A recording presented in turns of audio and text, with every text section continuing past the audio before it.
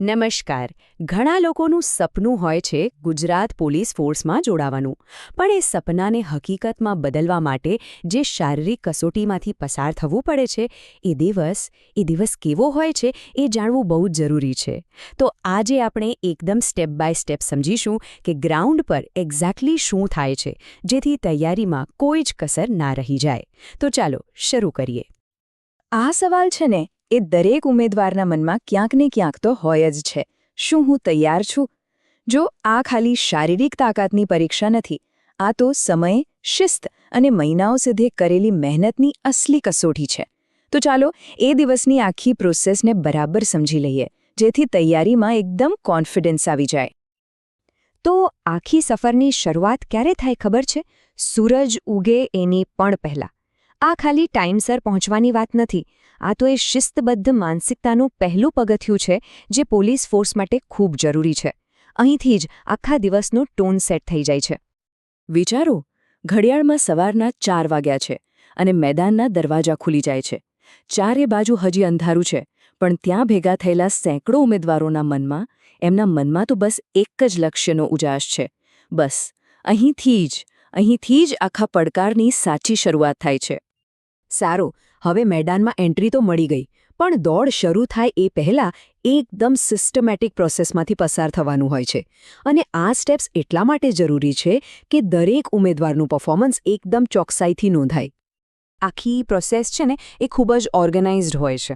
અંદર આવો એટલે તરત જ એક ચેસ્ટ નંબર મળે, પછી પગમાં એક ઇલેક્ટ્રોનિક ચિપ બાંધવામાં આવે છે. આ ટેકનોલોજી જ એ સુનિશ્ચિત કરે છે કે દોડનો સમય સેકન્ડના 100મા ભાગ સુધી એકદમ સચોટ રીતે નોંધાય. અને છેલ્લે ચિપનું વેરિફિકેશન પણ થાય, જેથી કોઈ ટેકનિકલ ગરબડની શક્યતા જ ન રહે. બધું જ ટ્રાન્સપરન્ટ અને એક્યુરેટ. બધી તૈયારીઓ હવે પૂરી. હવે એ ઘડી આવી ગઈ છે જેની મહિનાઓથી રાહ જોવાઈ રહી હતી. હવે ટાઈમ છે ટ્રેક પર પોતાની જાતને સાબિત કરવાનો. ટ્રેક પરનો જે નજારો હોય છે ને એ ખરેખર જોવા જેવો હોય છે. ઉમેદવારોને 50-50ની 4 લાઇનોમાં ગોઠવી દેવામાં આવે છે. મતલબ કે એકસાથે 200 ઉમેદવારો દોડ માટે એકદમ તૈયાર. હવામાં એક અલગ જ માહોલ હોય છે. ઉત્સાહ, સ્પર્ધા અને થોડું ટેન્શન, બધું જ એકસાથે. અને પછી સવારે બરાબર 5:15 દોડ શરૂ થાય છે. આ એ જ ક્ષણ છે જે ઉમેદવારોની મહિનાઓની મહેનત અને ટ્રેનિંગનું પરિણામ નક્કી કરશે. દોડતી વખતે તો દરેક સેકન્ડ ગણાય છે. ઉમેદવારો પોતાની પૂરી તાકાત લગાવી દે છે, પણ જે વાત ખરેખર નવાઈ પમાડે એવી છે ને એ છે કે દોડ પૂરી થયા પછી શું થાય છે. જેવી દોડ પૂરી થાય, ઉમેદવારોની આતુરતાનો અંત આવી જાય છે. અહીં આ પરિણામ માટે કલાકો સુધી રાહ નથી જોવાની. આધુનિક ટેકનોલોજીને કારણે આખી સિસ્ટમ એટલી ફાસ્ટ છે કે રિઝલ્ટ લગભગ તરત જ તૈયાર થઈ જાય છે. માત્ર 15 મિનિટ. જસ્ટ વિચારો કે દોડ પૂરી થઈ અને એની ફક્ત 15 જ મિનિટમાં પરિણામ પણ જાહેર. સાચું કહું તો આ ખરેખર અદ્ભુત છે.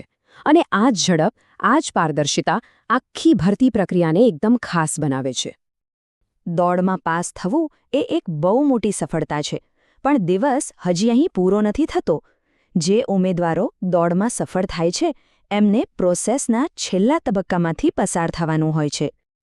તો છેલ્લા તબક્કામાં જે ઉમેદવારો દોડમાં ક્વોલિફાય થયા છે, એમની છાતી અને ઊંચાઈનું માપ લેવામાં આવે છે. આ એટલા માટે કે એ સુનિશ્ચિત કરી શકાય કે તેઓ પોલીસ ફોર્સ માટેના જે નક્કી કરેલા શારીરિક ધોરણો છે એને પૂરા કરે છે. બસ આની સાથે જ શારીરિક કસોટીની પ્રક્રિયા સફળતાપૂર્વક પૂરી થાય છે. આખો દિવસ ઘણો તણાવવાળો અને પડકારજનક હોઈ શકે છે, એ વાત સાચી. પણ એક બહુ જ મહત્વની વાત દરેક ઉમેદવારે જાણવી જોઈએ. તેઓ આ દિવસે એકલા નથી હોતા. ત્યાંનું વાતાવરણ ખાલી કડક નથી હોતું, પણ ખૂબ જ સપોર્ટિવ પણ હોય છે. આ એક બહુ જ મહત્વની વાત છે.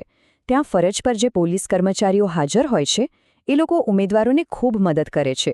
તેઓ પ્રોપર ગાઈડન્સ આપે છે અને આખી પ્રક્રિયાને સહેલી બનાવવામાં મદદ કરે છે. એટલે આ એક પરીક્ષા કરતાં સહયોગ જેવું વધારે લાગે છે. તો બસ આ હતી શારીરિક કસોટીના દિવસની આખી રૂપરેખા.